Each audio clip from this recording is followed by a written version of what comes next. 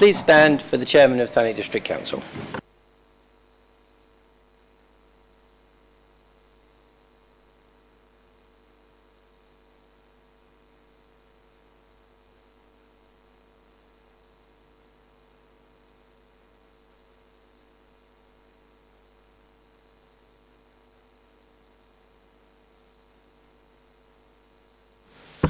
Please be seated, members.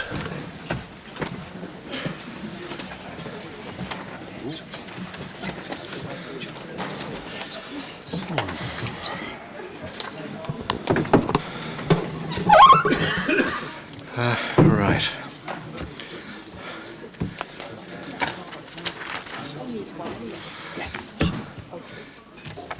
Good evening, members and officers of the Council and members of the press and public. I welcome you to this meeting of the Council. And just before I press on with the usual announcements, I'd like to thank Councillor Cupp very much for going round to the station for me. As it turned out, it wasn't necessary, but thank you, Councillor Cupp.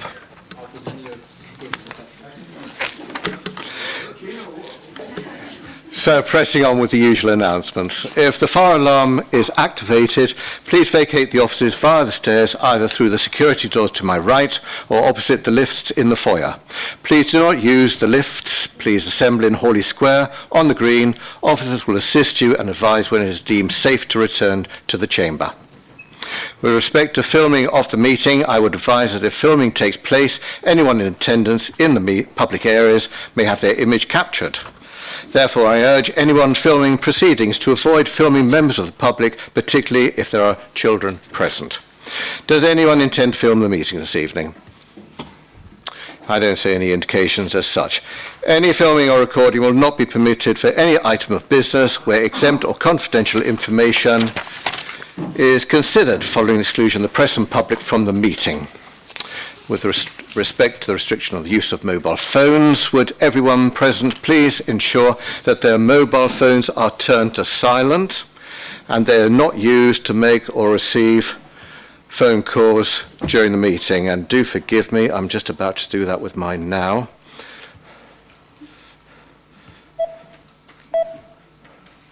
Oh gosh, it's off now. I've been rushed around quite a bit.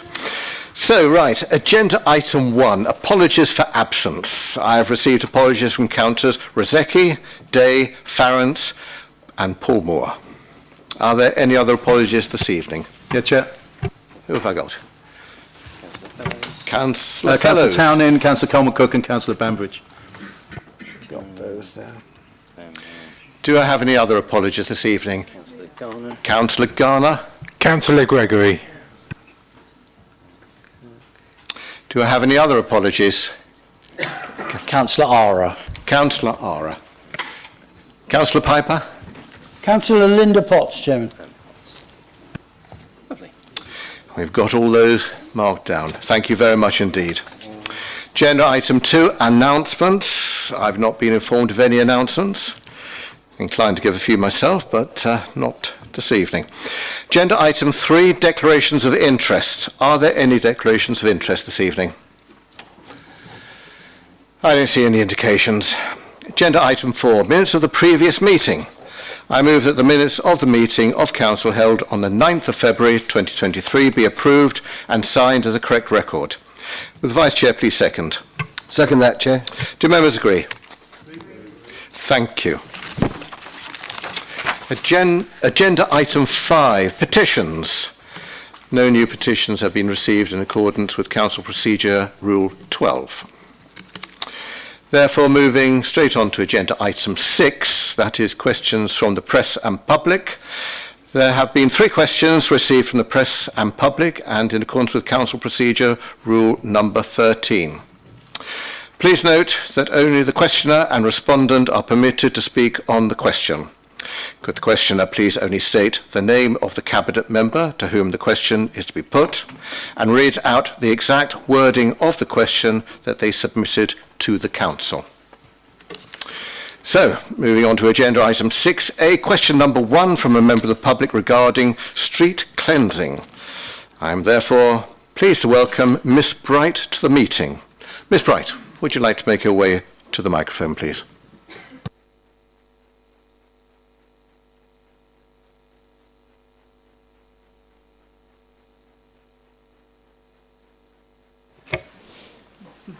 Thank you. This is a question for Councillor Cupp. The absence of a street cleaner in Beacon Road ward is evident. Residents complain of paths covered in leaf mulch, broken glass and dog waste that can make simple journeys hazardous, especially for those with mobility issues. Street cleaners are visible in more commercial areas, but we need them in residential areas too. It's not right that people are forced to walk in the roads because pavements have not been cleaned.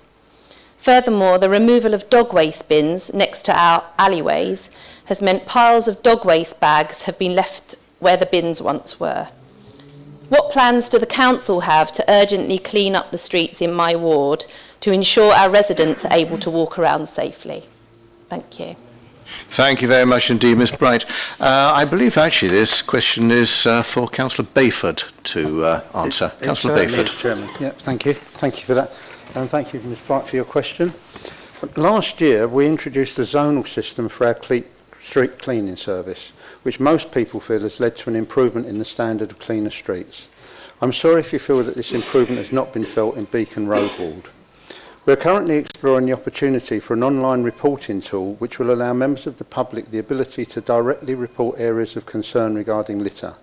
Environmental operatives could then be deployed within a reasonable time frame as dictated by the footfall intensity of that area. This would allow us to manage resources more effectively and allow the public to draw areas of concern to the Council's attention. This will also identify any scheduling issues. In the meantime, we will continue to manage resources in the most effective manner and respond to reports as they are received. Currently, this does mean focusing on the high footfall areas of the district, such as town centres. It should be noted that we are presently publishing our street cleaning service standards, which advises residents of the service they can expect to receive. With regard to bins, we are undertaking a review of our bin provision across the district. This includes the removal of dog bins in some places and the introduction of litter bins where required, or alternatively assigned to the next available bin within reasonable walking distance. I would point out that dog waste can be put in general waste bins, but I have to say though I find it hard to understand why people leave bags of dog waste where a bin used to be. Thank you very much indeed, Councillor Bayford. Agenda item 6B, question number 2 from a member of the public regarding the recent calls for sites. I'm therefore pleased to welcome Mr Woodward to the meeting. Mr Woodward, could you please make your way to the microphone?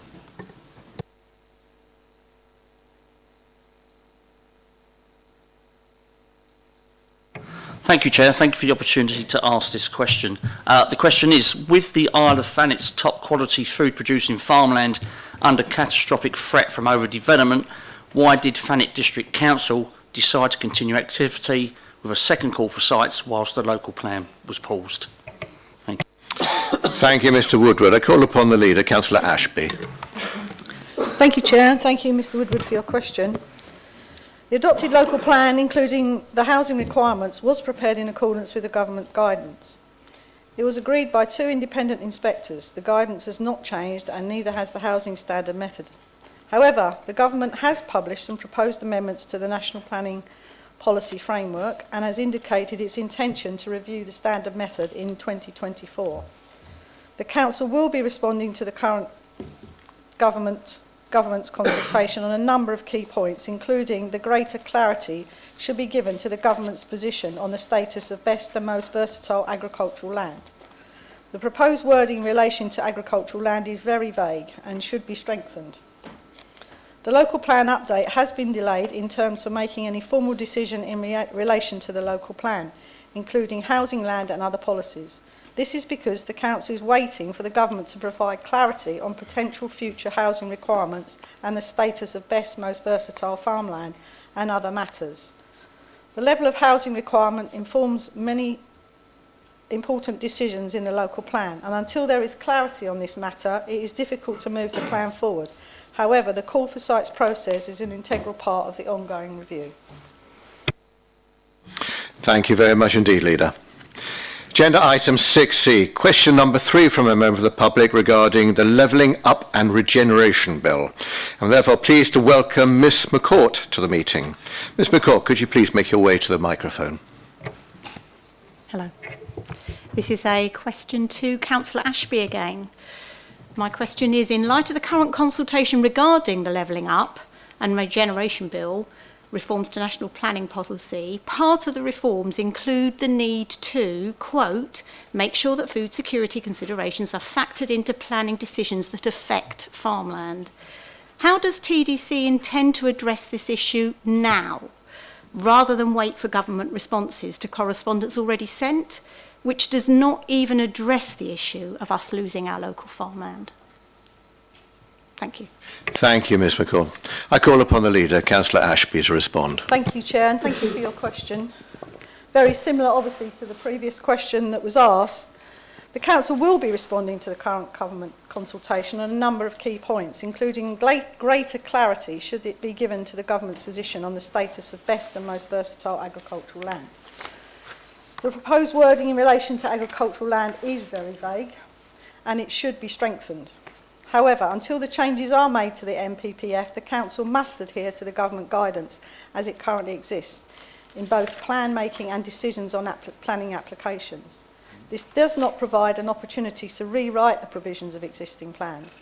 In the meantime, the Council need to continue to consent housing on the site allocated in the adopted plan, subject to the detailed schemes being acceptable. Refusing applications on allocated sites would likely lead to those consents being issued on appeal, with the risk of significant costs being awarded against the Council. Thank you very much indeed, Leader. That concludes questions from the public. So therefore, moving on to agenda item 7, questions from members of the Council. Now, I've had 6 questions this evening from members of the Council. Please note the time allowed for consideration of questions from members shall not exceed 30 minutes. We're usually all pretty succinct, so I'm sure that won't happen. I ask members to be as succinct as possible. Agenda item 7A, therefore, question number 1 from a member regarding recycling bins in open spaces. I call upon Councillor Rolfe. Councillor Rolfe. Thank you, Chair. This question is from the young children from my ward, and I must say I'll stick to the question, but it was sent in December, missed the deadline by 1 hour. That's why that may read out as it is. Now the summer's finished, can the council consider to move some of a recycling bin from the seafront to the park and open spaces? This question is for Councillor Bayford, and I must say I have noticed some of the bins, the recycling bin has been put in some parks, but the park I'm referring to is a rugby ground with a youth community club. Thank you. Thank you, Councillor Rolfe. Councillor Bayford. Thank you, Chairman. Thank you, Councillor Rolfe. I mean, you're right, you did get caught up in the sort of hassle and kind of missed the moment in a way, but I can say that we didn't sort of deliberately relocate any bins from the seafront to open spaces. But in preparation for the forthcoming summer season, we are undertaking a full review of our bin provision. This will include recycling bins. Once this is completed, we'll have a better understanding of the full requirement. However, in the meantime, we do have plans to roll out an additional 20 standard-sized recycling bins as part of a wider investment in street cleansing. The intention then would be to increase by a further 20 bins the provision in 24-25, and this could include putting bins in some of the parks and open spaces. If the capacity presents itself sooner, we will flex the resource accordingly. Thank you, Councillor Bayford. Councillor Rolfe, do you have a supplementary question? Yeah, thank you. Thank you, Councillor Bayford, for that answer. My supplementary question is, residents have been told they need to have public liability if they wish to organise a litter picking event. That's not for individual. Individual can go out and do litter picking. What council have in plan or in place to help those they wish to clean alleyways or street? Thank you. Thanks to Councillor Rolfe. An interesting one for you, Councillor Bayford. I think it's interesting. In fact, I don't think it relates to the actual question, so therefore I think it's inadmissible. But having said that, I mean, we obviously do support volunteers in the work they do. It's very vital. In some places, you know, the area is very much improved, and so we appreciate what they do. I'm afraid I can't give you any, I don't know the answer to the public liability situation, but I can find out and I can send you a written answer. Thank you, Councillor Bayford. Agenda item 7B. Question number 2 from a member regarding the development of Western Undercliff and the Western Undercliff Hall sites. I call account Councillor Wing. Thank you, Wing. Chair. The old Western Undercliff Cafe and Westcliff Hall sites remain a blight on the town of Ramsgate since they were sold at auction a number of years ago. Plans for the Western Undercliff Cafe were approved some time back, and the last information concerning the Westcliff Hall, again a number of years ago, was that there has been some pre-application talks with TDC planning. Please could we have an update on where these developments are at? Thank you very much, Councillor Wing. Councillor Pugh, I believe you're going to respond to this. I am, Chair, and thank you, Councillor Wing, for your question. Details of all plan applications are published on the Council's website, including information about whether they are approved or rejected. The application for the Western Undercliff Cafe for the erection of a 5-storey building comprising of a cafe with outdoor seating area, public toilets, refuse cycle store at ground level, and 8 flats at the 1st, 2nd and 3rd floor level, and a restaurant at the 4th floor level, was approved on the 30th of November 2020. The consent is valid for 3 years and must be started within that time. There are 2 pre-commencement conditions attached to the consent, and both were discharged in April 2021. This means that under planning legislation, development could commence at any time. The Council has also agreed heads of terms with the owner in respect of oversailing rights over the adjacent public footpath. There is currently no application for refurbishment or conversion of the Westcliff Hall, but once a valid application is received, details will be published on the Council's website. Thank you for that, Councillor Pugh. Councillor Wing, do you have a supplementary? Yes, please. I'm very concerned about the Westcliff Hall, as are a number of residents. And I have reported the structure of the road, and we know that the hall that's the structure holds up the side of the road. Could I ask that we actually send somebody out from TDC, probably building control, to actually check that structure is okay? Because when it went to auction, there were issues with that structure. So given the road is deteriorating, there are concerns that the structure is also deteriorating. Thank you. Thank you, Councillor Wing. Sounds sensible. Councillor Pugh. Oh, thank you, Chair. I'm not sure I could respond now that you've said it's sensible. But no, I'll do my best. Councillor Wing, I think let's take that away. Let's speak to officers and let's see what we can do. You know, and we can discuss it further. So, yeah. Thank you, Councillor Coo. Agenda item 7C, question number 3 from a member regarding consultation with the NPPF. I call upon Councillor Scott. Thank you, Chair. I believe this is a question to our leader, and it is as follows. Are Thanet District Council going to respond to the NPPF consultation, and when will you publish the response? Thank you. Thank you, Councillor Scott. Councillor Ashby. Thank you, Councillor Scott. Refreshing to get a question from one of my own. For the fear of repeating myself today, I think I probably will be having through this, because there's obviously a lot of interest in this, and I just wish that the government would issue papers that everybody could understand and we'd all know a clear path forward. But unfortunately, they haven't done, but there's something that we can work on. The consultation deadline is the 2nd of March, and it is the intention of this council to respond on a number of key points, including the review of the housing standard method should be brought forward, and any new methodology should be evidence-based and related to the emerging census data. That is important to remember that, because the census has only just come out, and I think the government probably don't realise the results are out. If they do, they haven't probably read it. And yes, I am criticising my own government. This greater clarity should be provided on what factors might mitigate the housing requirements in any given area.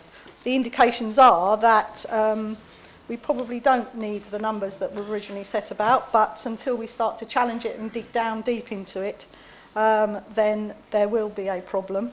The greater clarity should be given to the government's position on the status of best and most versatile agricultural land, and I think this is the key point to remember here, especially in Thanet, because we obviously have got grade 1 agricultural land here, and it's definitely something that we can highlight and push on. The intention is to publish the Council's response following submission. Thank you, Leader. And it sounded pretty thorough too. Councillor Scott, do you have a supplementary? Yes, I do, Chair. Thank you. Thanks for the response. Basically, probably are going to repeat yourself, but it's a bit of a follow-up. Has the TDC Local Plan Review Committee discussed and considered the MPPF regarding sustainability for existing communities and future generations? Thank you, Councillor Scott. Leader, have we got a response? Yes, thank you. We don't actually have a review committee. What we do have is a Cabinet Advisory Group which meets very regularly, which I chair, and is supported by the Shadow Leader and other interested parties across parties. What I would say is that following the paper coming out, planning officers were asked on my behalf to decode the writings of the government, so which they did in a very comprehensive report. Unfortunately, what it does highlight is that there are a lot of ambiguous areas in it, and there is also some very vague items. The one that I do think they probably shot themselves in the foot is this particular part about the assessment of agricultural land. So I will read it for clarity, and I hope you can apply it to the further questions that are coming forward on the same subject. The LERB consultation document indicates that the government is proposing to change to the current wording of the MPPF by stating that consideration should be given to the relative value of agricultural land for food production, where significant development of higher or quality agricultural land is demonstrated to be necessary, compared to areas of poorer quality land. So on that basis, my proposal is, and what we will be pushing for very, very hard, is for the government to stop building on grade 1 agricultural land, and we will push that right the way forward until till the election. So,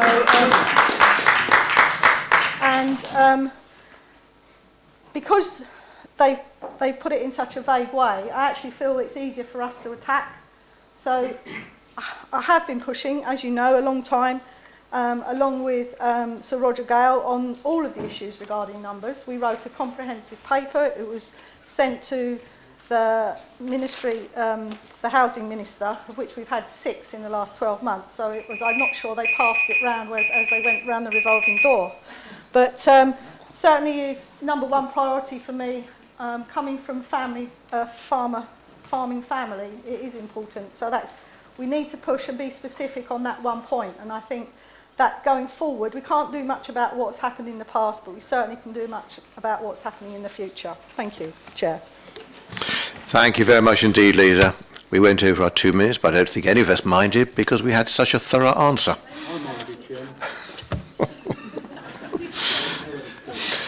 Agenda item 7D, question number 4 from a seasoned campaigner here, member regarding the lifts in Ramsgate Royal Harbour car park. I call upon Councillor Everett. Thank you, Chair. I won't take advantage of your leniency over time on this occasion, but I might store it up for future use. This is a question for Councillor Saunders. We all agreed a fortnight ago that the state of Ramsgate's Royal Harbour car park is disgusting. Can I tonight press the Cabinet member on the question of whether the lack of working lifts is dangerous? What is his advice to customers unable to navigate the stairs for physical or practical reasons, but who cannot find a space to park on the ground floor? Is he confident that the present arrangements, which require them to use the vehicle ramps to move between floors, are safe? And if not, what's he doing about it? Thank you very much indeed, Councillor Everett. I do like to show latitude when it comes to the time for questions, because for the sake of democracy. Councillor Saunders, would you care to respond? I certainly would, Chairman, and thank you, Councillor Everett, for your question, which is structured in 3 parts as I read it, each appearing to require a personal response from myself as the Cabinet holder. So on the first part, whether the lift being out of action is dangerous, My personal opinion is that the lift not working is certainly, and I've experienced it myself, it's an inconvenience, but I'm not sure, and I wouldn't say that it's dangerous in itself. What I would say, and again, this is my opinion, is that multi-storey car parks can be very challenging, and I accept that.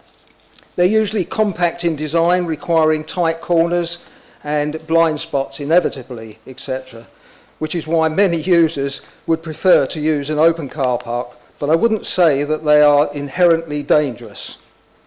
On the second part, which asked me what is my advice to customers unable to navigate the stairs who can't park on the ground floor, well, quite honestly, Councillor Everett, without knowing the personal circumstances in each case, I'm unable to respond or give advice to that situation. What I can confirm, and I found this out surprisingly for myself, and I should have known it previously, being responsible for parking, is that within the Royal Harbour car park there are 22 disabled bays and 8 parent and child bays located on the ground floor, as well as the annex area, which has also got ground floor access. On the third part is am I confident that the present arrangements are safe? Firstly, can I say that the use of vehicle access ramps by pedestrians to exit via or access higher floors is never recommended or encouraged. Notices were placed at the entrance and strategically elsewhere within the car park regarding the lifts following previous discussions with the ward councillors, and these notices, and I visited the car park myself today, these notices have been refreshed following the recent council meeting. Comments were made at the last council meeting, as you refer to them, regarding the condition of the car park, and I can confirm that the annual deep clean is due to take place during and before the end of March. Also, and as councillors have expressed concern regarding this car park, consideration is being given to whether officers should be asked to undertake an assessment of whether or not the car park needs to be temporarily closed.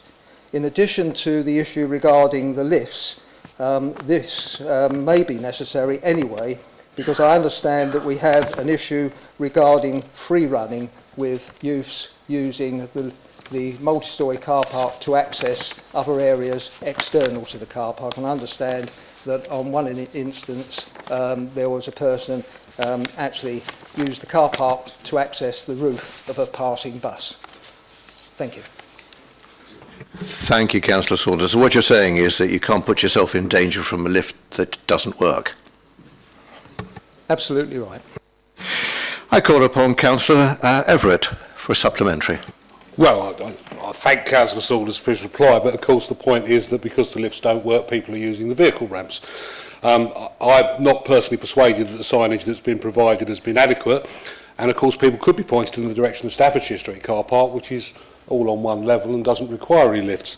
What would be more helpful, of course, is if the Cabinet member could advise us when the Council might get round to fixing the lifts, given that it's had £332,000 in its budget for 3 years and has shown no progress towards that. Can he tell us whether there's any prospect of the lifts being fixed in the near future?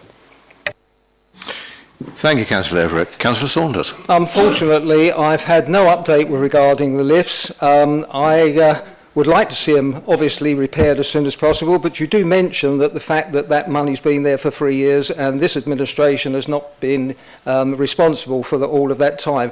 But I will do as much as I can to put some pressure on it. As far as the notices are concerned, yes, I visited myself. They have been refreshed.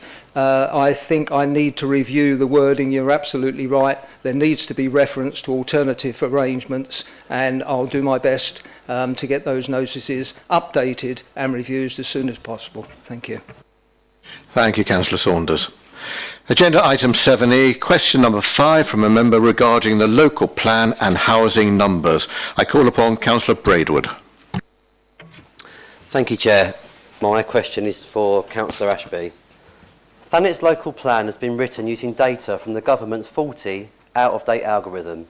In light of this, what is the Council doing to cease any further planning applications and developments currently in the local plan?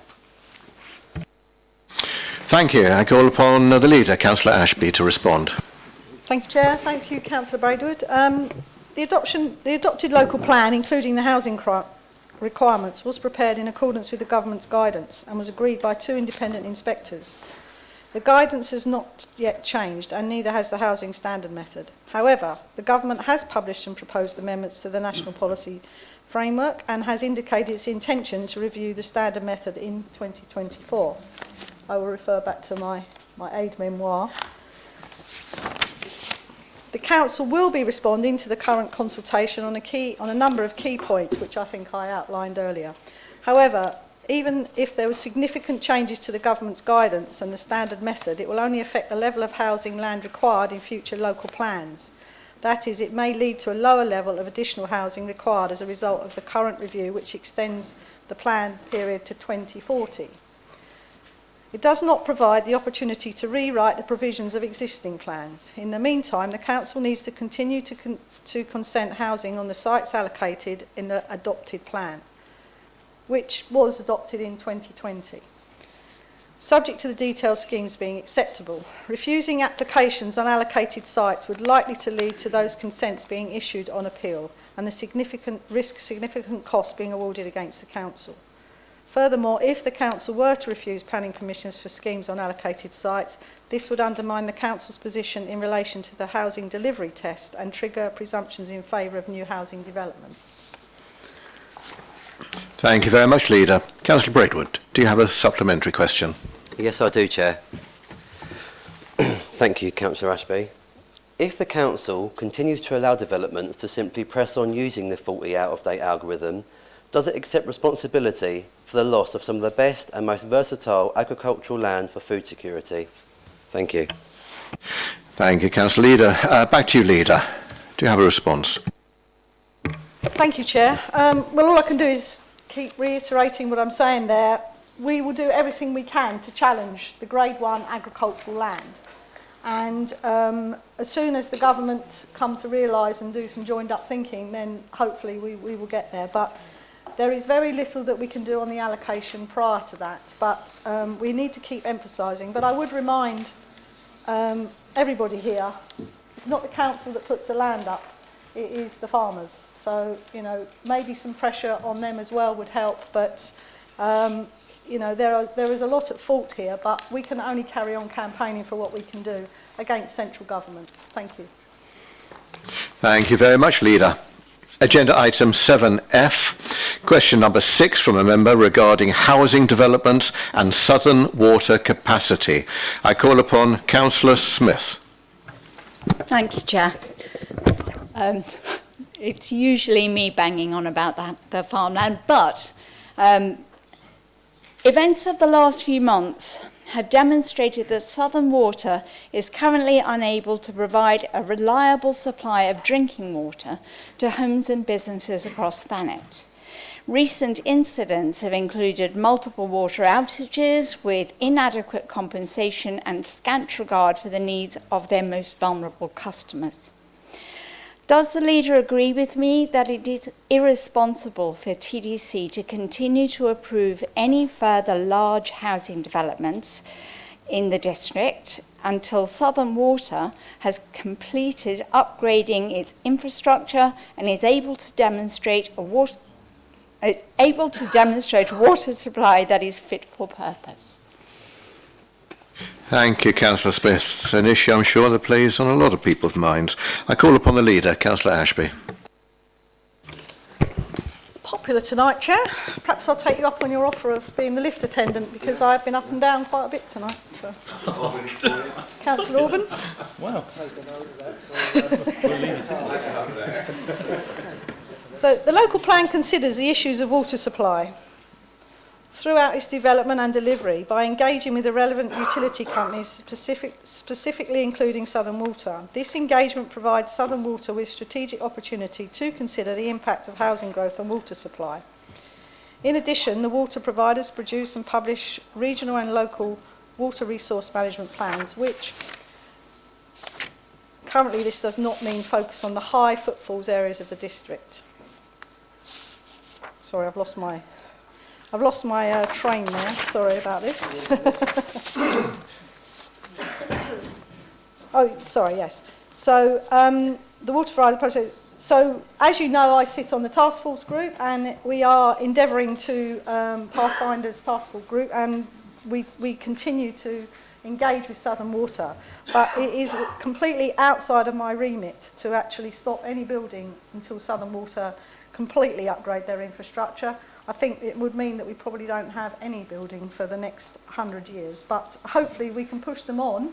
But the new housing isn't, as we've said in the past, the new housing isn't the issue in Thanet. Our issue is our historical stock, the age of our stock. And until that is sorted out, then we're always going to have a problem with that. But new housing is not necessarily the cause of what happened in the outages. There were 2 failures at one particular pumping station, which I agree, Southern Water should have better resilience in their network. But hopefully that is all up to scratch now, and we won't experience any instances like that again. Thank you, Leader. And yes, you have been in the wars this evening. Councillor Smith, do you have a supplementary? You seem surprised. There's an Think of something on your feet. There's an outage right now, just saying. But that was my supplementary question. In the context of a climate and ecological emergency, and with the benefit of a new planning framework, doesn't it behove Thanet to lead in these matters? I understand that my own recent motion to demand more specific engagement with Southern Water in helping us to make more sustainable planning decisions was not supported by the council, and I think I understand why. Although a near identical motion was passed in Lewis and other councils. Could I have a question, please? Yeah. I'm really getting that honest. Thank you, Chair. My question is, what opportunities did you perceive for Thanet to go further than other English local authorities in policies to protect the precious environment that sustains our district and feeds much of the nation? Thank you, Councillor Smith, and you were thinking on your feet. I call upon the Leader, Councillor Ashby. Well, of course, this is national policy. So as much as I'd love, well, I probably wouldn't love the job in number 10, but or even Secretary of State for the Environment, or actually any government position right at this moment in time.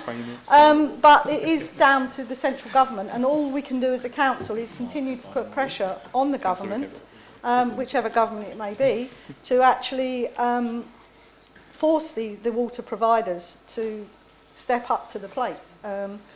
We have read recently that the government are now extending the fines up to 250 million. And I understand that the National Farming Union's chief executive gave the Secretary of State for the Environment a hell of a rough ride yesterday and virtually reduced her to tears. So that's all we can do. We can just keep banging on, keep campaigning.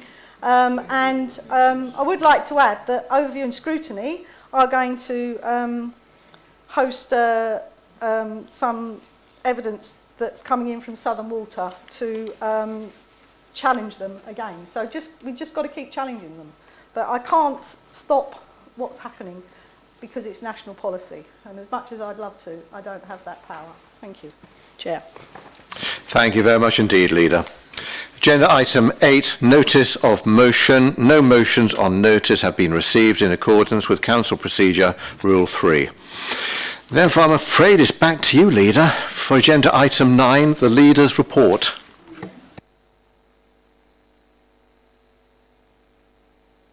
I'd have made a fortune by now.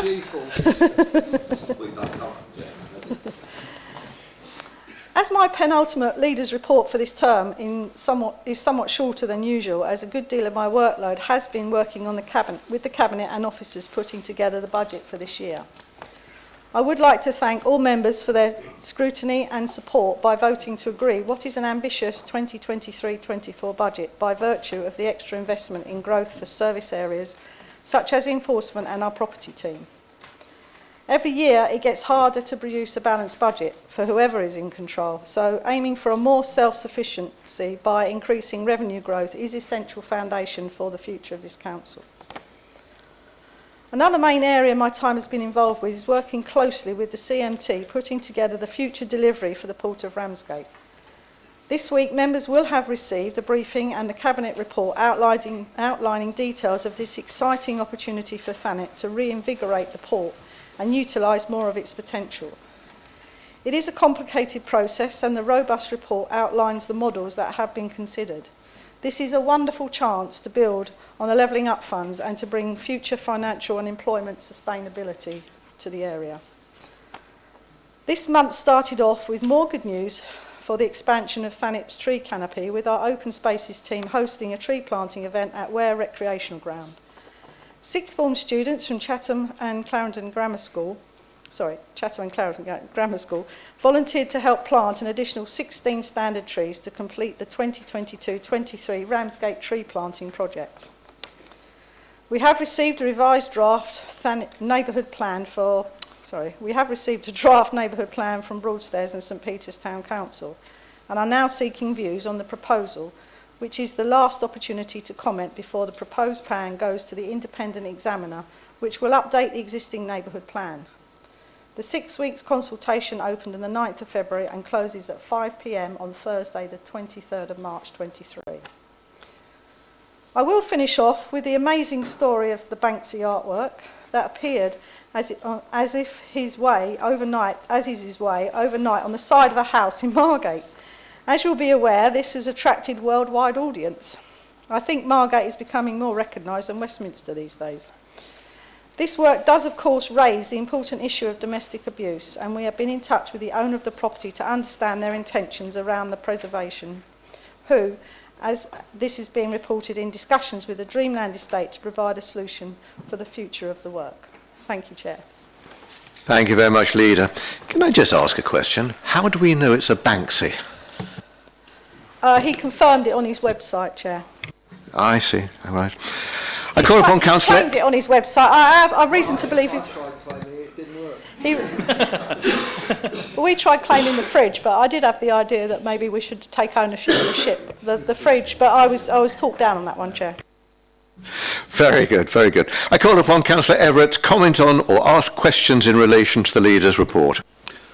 Well, thank you, Chair, and this might be the first time that the response has been longer than the report. So I thank the Leader for her report and the advance notice as usual, and I will say I was slightly taken aback by how short it was, given that her last one was in early December. I thought she might have seen the need to reference the issues with water supply that affected residents in Broadstairs in particular, but obviously that's up to her. She refers to the budget, and of course we on this side did support the budget because we recognise that it contains some good things. And I have every respect for the hard work that went into it. But given it's a 19.6% increase in day-to-day spending, I'm not sure that she's right that things get more difficult every year. Yes, inflation is running at 10%, but the council's biggest cost is its staff. And as the report suggests, their pay cost is only budgeted to increase by 5%. So in fact, the council is spending more to do more, including taking £1 million from reserves, despite claiming that the £170,000 that Labour wanted to commit from reserves was somehow an unaffordable excess. It was a shame that the Conservative group couldn't bring itself to support that Labour amendment to acknowledge the need for more street cleaning services. And I note that this 11th hour of the Tory administration, we're now getting a public statement from the Council of what the public should expect in this area. Well, better late than never. Councillor Bayford told us a fortnight ago that we could do better within existing resources, if I quote him correctly. Although this also begs the question of why the administration hadn't done better already. Now I see there's a Conservative leaflet in Beacon Road ward saying that the candidate would lobby for a street cleaner for every ward. And yet, strangely, the same member voted against extra street cleaners a fortnight ago. So presumably, under this master plan, a one-member ward will have the same resource as a three-member ward. Well, I'm sure Councillor Bayford wouldn't want that, or perhaps he would. Moving on to the plans for Ramsgate Port, I find myself in broad agreement with the proposals going to Cabinet next week, which is probably not surprising given it was Labour's levelling up plan in the first place. But a good idea is a good idea wherever it comes from, just like spending the new homes bonus on our own temporary accommodation. Once again, however, we find a Conservative candidate in Ramsgate pushing a completely different idea for the port. He wants to build, I think, 1,500 homes on it. Now, I'm not sure if this is a Conservative election strategy to take up several contradictory positions at once in the hope of confusing the opposition, a tactic more normally found with the Liberal Democrats, or is it a cunning plan worthy of the Blackadder scriptwriters?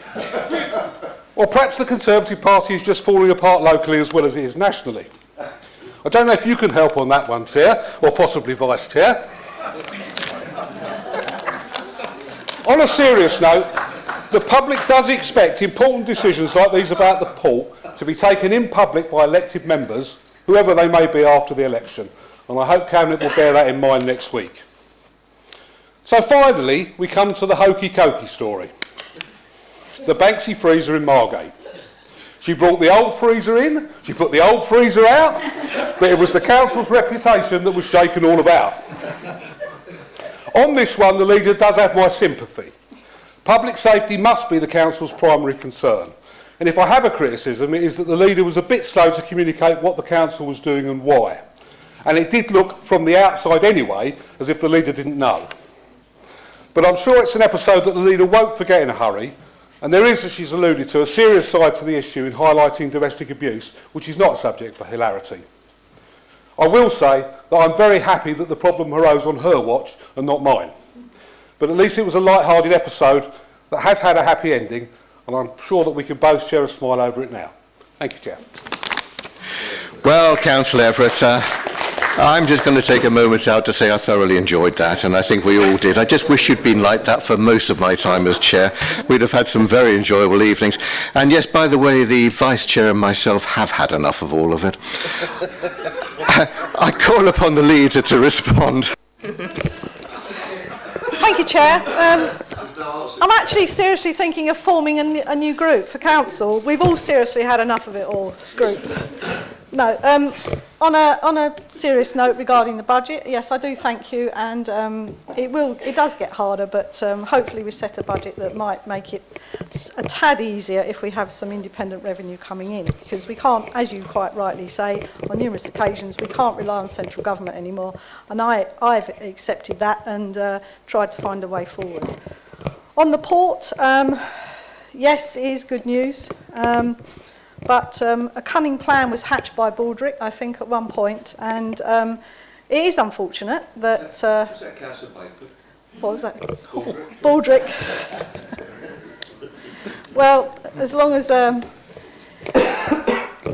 as we can end up delivering the right result, then I'm sure that we can all afford to rejoice in it at that point. I can't control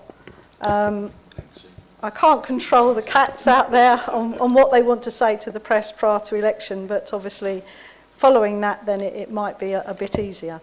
Banksy, yes, well, we've had up and down, and now we've got the in and out, in and out. I think I've covered probably the whole of Strictly Come Dancing tonight. So I'm surprised that, you know, obviously you didn't know about it prior to me, because there were quite a lot of Labour supporters down there with cameras, and I think at one point one of the KCC Labour councillors did ask for my resignation, to which I thought, well, does he want me to resign because he doesn't like the look of the Banksy? But I really don't know. But anyway, I'm surprised that you didn't know quicker than me, but that is what happens in Thanet. News spreads a lot quicker than maybe some of the comms, but I think we should take the good bit out of this, and hopefully it will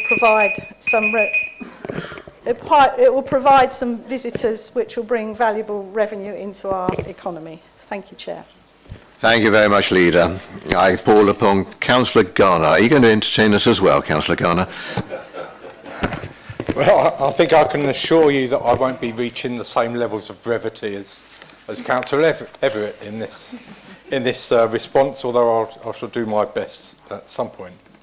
I I'd like to start by reiterating our thanks for the hard work which went into the budget from both officers and Cabinet members. We think it's basically sound, although as Councillors Austin and Wing expressed at the budget meeting, we remain concerned about the plans for the port. We do thank the officers for the briefing they gave us on Monday on the future delivery of the Port of Ramsgate paper, which was issued on Tuesday, and you won't be surprised to hear that we are reading that with interest, and we'll be at Cabinet on the 4th of March to give you our full response.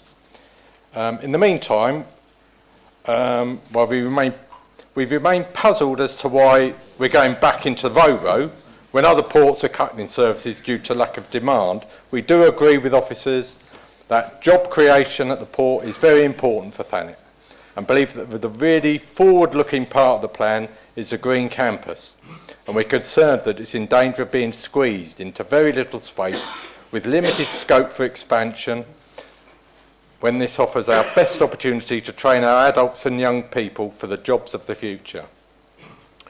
We will be asking questions about the fisheries and shipbuilding side of the proposal, as we believe it's important to preserve and support both of these businesses, not only for their intrinsic value, but also because they're of great interest to visitors.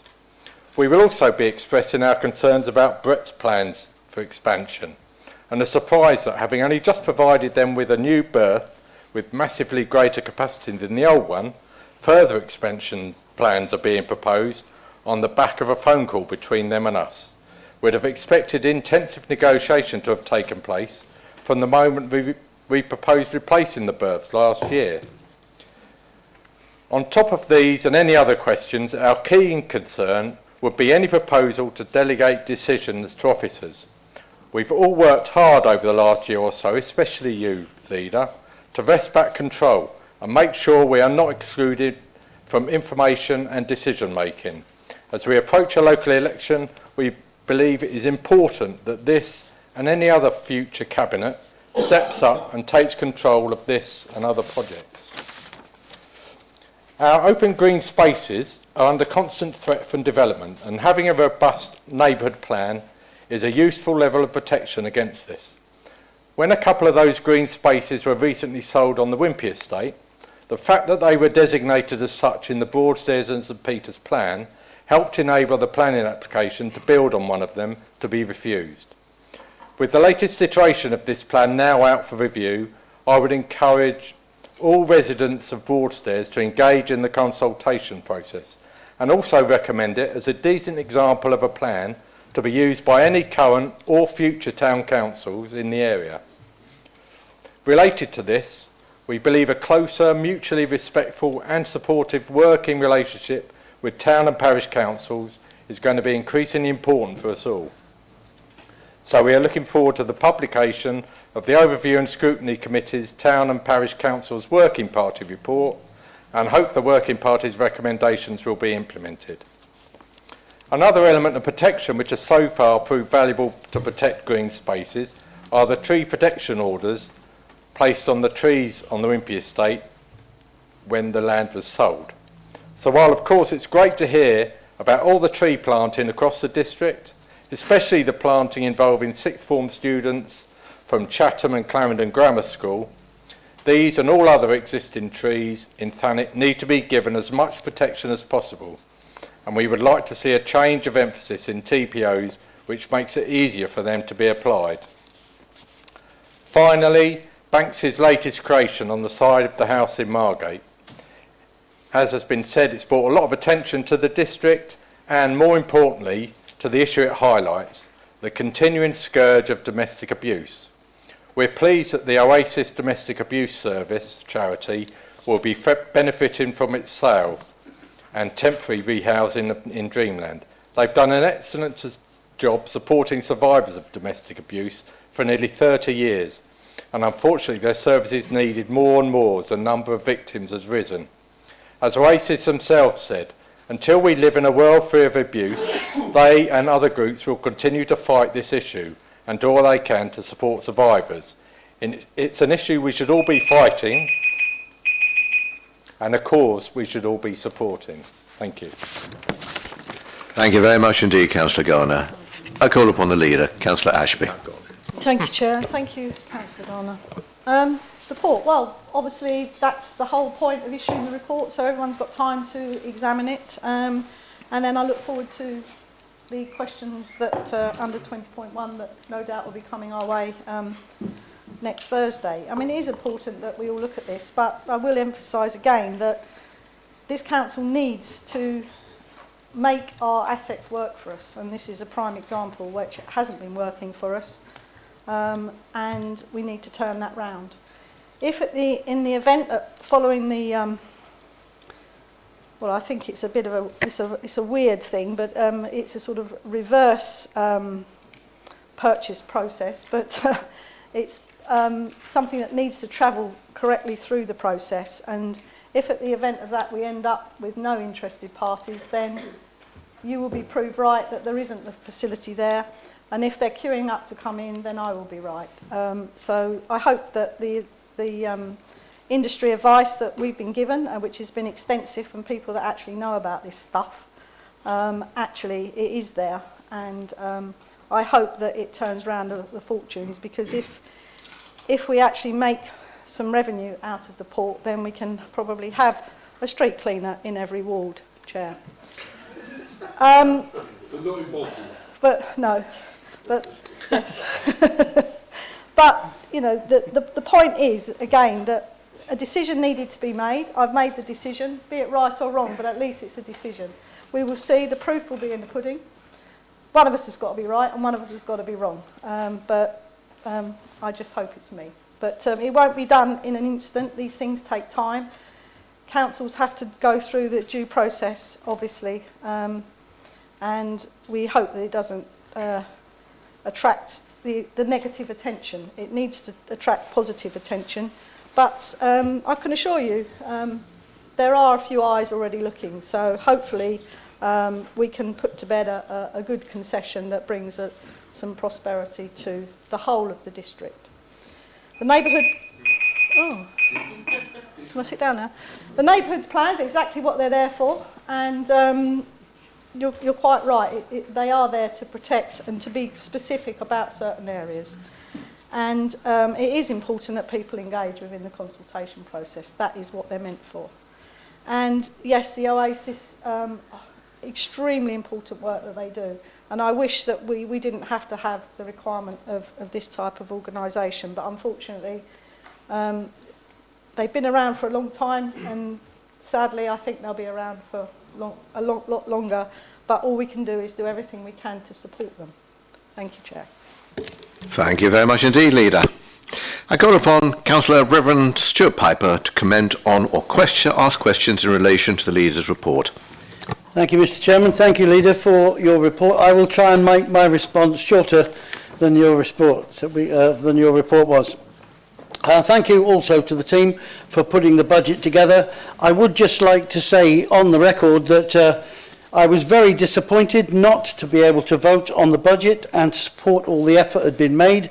It was due to the fact that an interest had to be declared on the overview and scrutiny panel, and I have asked that we can look at this because I think members of the overview and scrutiny panel challenging things like this may be disenfranchised in the future. I would hope not, but that's why I was unable to vote on it. The port was mentioned at Ramsgate Town Council last night, and those present and our listeners to the webcast were advised that details were and would continue to be available through TDC communication systems as things progress, and we can only encourage people to get involved and to read up as much as they can about it. A draft neighbourhood plan, marvellous. That's something we've been looking for in Ramsgate for nearly 10 years now. And the only thing I can say is two things really. One, I'm embarrassed that we still haven't got one. And two, I'm delighted that it's not the responsibility of Ramsgate Town Council. It's the responsibility of the people putting the plan together. We hope they'll come up with something soon. Well now, Banksy.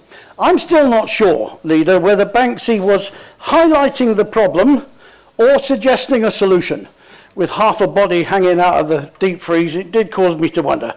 But then I suppose that's the nature of true art, isn't it? One man's unmade bed is another man's well, you decide. Thank you, Leader. Thank you very much indeed, Councillor Piper. You're referencing two artists there, I presume. Over to you, Leader. Thank you, Chair. Well, we'll start with the Banksy. Obviously, I returned to down there with the return of the freezer after it had been made safe.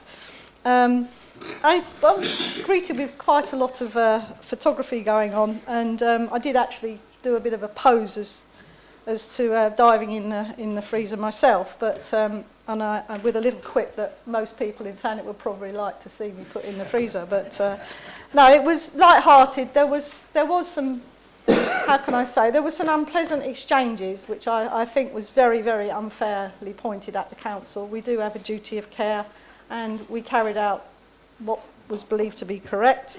And in the end, all's well that ends well, I think, and I'm glad that it's found a home, or eventually will find a home in Dreamland where other people will have the opportunity to come and see it. On the budget voting, we did actually have a conversation with the Chief Executive today, because obviously you couldn't vote. There was also a member of my group that couldn't vote, and there was a member of the Green Party that couldn't vote. So, although it was a bit bizarre, and I can understand the process through it, but we have agreed to have a look at that part of the Constitution, because it does seem a bit silly that main councillors can't vote on the budget, because, I mean, if we take it to the extreme, maybe I shouldn't have voted because I actually put £2 in the parking meter when I go down into the old town and when I go into Ramsgate. So, because I park where I'm not getting a free pass on. So I think that will be looked at, and that's on the list certainly to be reviewed. And thank you for your support on that. And the port, well, I can only guess at your stance on the port, but I assume that you would also like to see some ferries coming in and out of the port and bring back some, even if it's a visual joy, to people, the residents of Thanet, then I believe it will do that. Thank you, Chair. Thank you very much indeed, Leader. Agenda item 10. It seems back to you, Councillor Piper, for a report from the Chairman of the Overview and Scrutiny Panel. Thank you very much again, Mr. Chairman. Members, there are 4 currently ongoing scrutiny review topics that you can see in the report that you have between you this evening. Most of them are coming to a close now, but the one I would particularly like to mention is the now long-running memorials, plaques and monuments. We are, I'm told, in possession of better government advice on what to do with it. Our monitoring officer has been producing the report ready for us, and we hope to report back very soon. But those 4 are there for you to see. There's been a couple of mentions of the Southern Water situation this evening, so it behoves me to tell you the letter has been sent. They have been written to and invited to attend our meeting in March. I hope he won't mind me mentioning him, but Councillor Curry has already written to me with a question for Southern Water, and as much as I may be able to do on that evening to chair that meeting and field your questions, can you get them to me as soon as possible? That way we can give preparation to Southern Water so they can make their presentation relevant to the concerns we have. But that doesn't mean I'm trying to give them an easy ride. It simply means if you suddenly turn up that evening and a certain amount of allocated time has been given to this presentation and we've got 48 questions we know nothing about and they know nothing about, they might just say, well, I'm sorry, I can't give you that detail at the moment. I'll write to you later. We don't want those kind of answers. We want proper answers. So if I can commend that March meeting to you, and as far as this report is concerned, members, I commend it to you. Thank you very much to the officers who support us, as always, as we put these meetings together.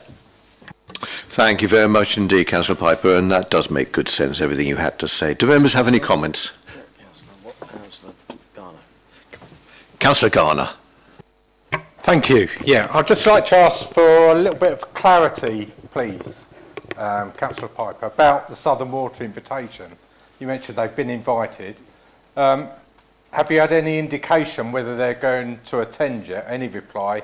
And how long are we going to give them to give you a reply before we start chasing them up, because I wouldn't like to sort of get to the middle of March for that meeting and they don't turn up. Thank you. Thank you. Councillor Piper. Thank you, Chairman. Thank you, Councillor Garner. Yes, we have written to them and invited them to attend March. It was commented at the time that that might be a bit soon to get them here, but that's what we went for. I'm hoping we will get a response indicating their attendance, but if not, we still have April as a fallback position, but ideally we would like them in March, and we would like some information sooner rather than later. Thank you. Thank you, Councillor Piper. I have Councillor Yates for you as well. Thank you, Chair, and thank you, Councillor Piper. Just one question about the public attendance at the overview and scrutiny meeting. I believe the public can attend and they can ask questions. Can you explain what the process is for the public members, members of the public being able to ask questions at that meeting? Thanks. Councillor Piper. Thank you, Chairman. Yes, I believe the public can ask questions. The exact process I would like to defer to Mr. Hughes, who would be able to perhaps give us the exact process by which those questions can be asked. I understand it's easier, obviously, for councillors to get questions in earlier. Might not be quite so easy for members of the public. So perhaps, Mr. Hughes, if you wouldn't mind helping us out here with just a little bit of clarification on that, please. Thank you, Councillor Piper. I'm sure Councillor Mr. Hughes will look into it. As to whether he's in a position to answer right now, I'm uncertain. Perhaps we might. Would you rather leave it to? No, it's, sorry, bear with. Yeah. So, ideally, although it is in the discretion of the chairman of the Overview and Scrutiny panel, ideally we would like members of the public to write to us in advance to declare the fact that they wish to ask a question. We allocate a total of 6 minutes, it doesn't sound a great deal, for public speaking for each item on the agenda. So for the this item for Southern Water, there will be 6 minutes of public speaking, and there's a maximum of 2 people for that item. Well, thank you for that, Mr. Hughes. I thought that was brilliant on the hoof. Councillor Everett. Well, I'm grateful for Mr. Hughes clarifying that. I would just say that I hope on this occasion the Chair would exercise some discretion over that, because I think the public might feel if they were only allowed 6 minutes on this particular item that they were really being sidelined. But I'm sure that Councillor Piper will give that due consideration. Thank you. Thank you, Councillor Everett, and I know Councillor Piper to be a good, generous chairman in this respect. Councillor Piper? You don't need to say anything. Thanks for that, Chair. Yes, I think it is clearly a very important as well as contentious subject, and my aim would be to be as fair as we possibly can. One thing I would like to avoid is the same question being asked several different ways. We need to be sensible. If the meat of a question has been asked and answered, then maybe I'll be a little bit quicker with moving along. But it is my intention to give members of the public and of this council a fair chance to air their concerns. But first, of course, we need to hear what we're being presented with. So the answer is yes, but no tautology. We shall move on to agenda item 11, the council tax setting. I would advise that in accordance with Council Procedure Rule 17.6, I will call for a recorded vote on the motion or any amendments and substantive motions therein. I call upon Councillor David Saunders at this point. Thank you, Chairman. This report enables the Council to set the council tax for the year 2023-24 for each part of its area after taking into account the precepts of the Kent County Council, Kent Police and Crime Commissioner and Kent and Medway Fire and Rescue Service. Chairman, I commend the report, support the report and await the results of the recorded vote. Thank you. Thank you, Councillor Saunders. Do you have a seconder? Councillor Ashby. We'll now begin a recorded vote conducted by the monitoring officer. Thank you, Chair. The names will be ready now. Got hand up, Chair. Councillor Piper, I didn't see you there. Do you want to jump in quickly? I'm sorry to interrupt the process. The council, just clarity really, the precept is set based on the money the council needs to raise in order to carry out its business. That includes the fees and charges element of the budget that was set before, which I was unable to vote on, therefore not able to vote on the budget. How do I stand about voting for this evening? Are we all given free dispensation to vote on this subject and separate it from the previous two? Thank you, Councillor Piper. I understand it's fine, but Samir. Yeah, it should be okay for everybody to vote. It doesn't apply. The council tax is different to the budget itself. So you should be okay to vote. Okay, so Thank you very much. I'll start the count. I'll read in the alphabetical order. You're voting for, against, or abstain. Councillor Alban. For. Councillor Ashby. For. Councillor Austin. For. Councillor Bailey. For. Councillor Jill Bayford. For. Councillor Robert Bayford. For. Councillor Boyd. For. Councillor Braidwood. For. Councillor Crittenden. For. Councillor Curry. For. Councillor Dennis. For. Councillor Dexter. For. Councillor Duckworth. For. Councillor Everett. For. Councillor Fellows. For. Councillor Garner. For. Councillor Hart. For. Councillor Huxley. For. Councillor Keane. For. Councillor Cupp. For. Councillor Leys. For. Councillor Patmore. For. Councillor Ovenden. For. Councillor Parsons. For. Councillor Linda Piper. For. Councillor Stuart Piper. For. Yeah. Councillor Pugh. For. Councillor Rattigan. For. Councillor Rofe. For. Councillor Rogers. For.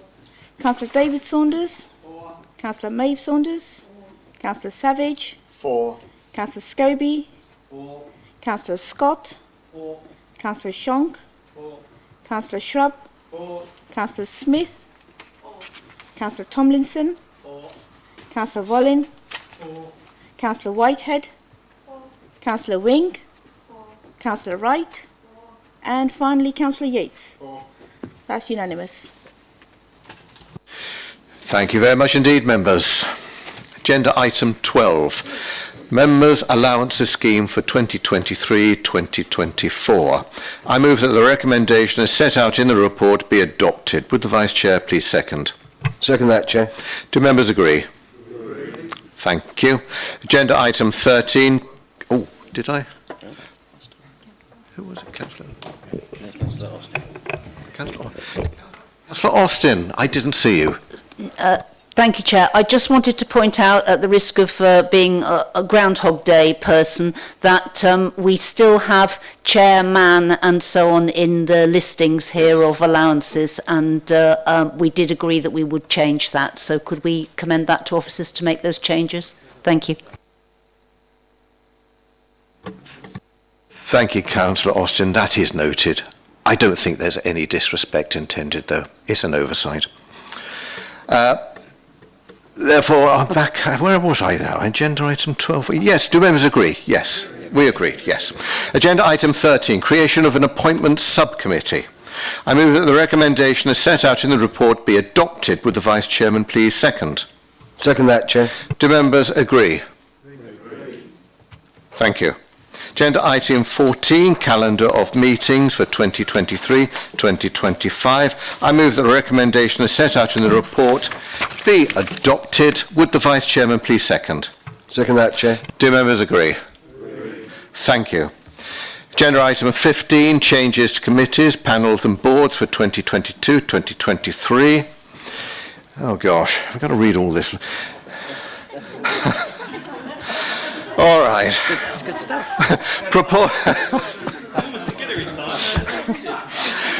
Proportionality. I am pleased to say that consensus among group leaders has been achieved, and so therefore I move that Council approves the proportionality between groups for committees, panels and boards as shown in the report.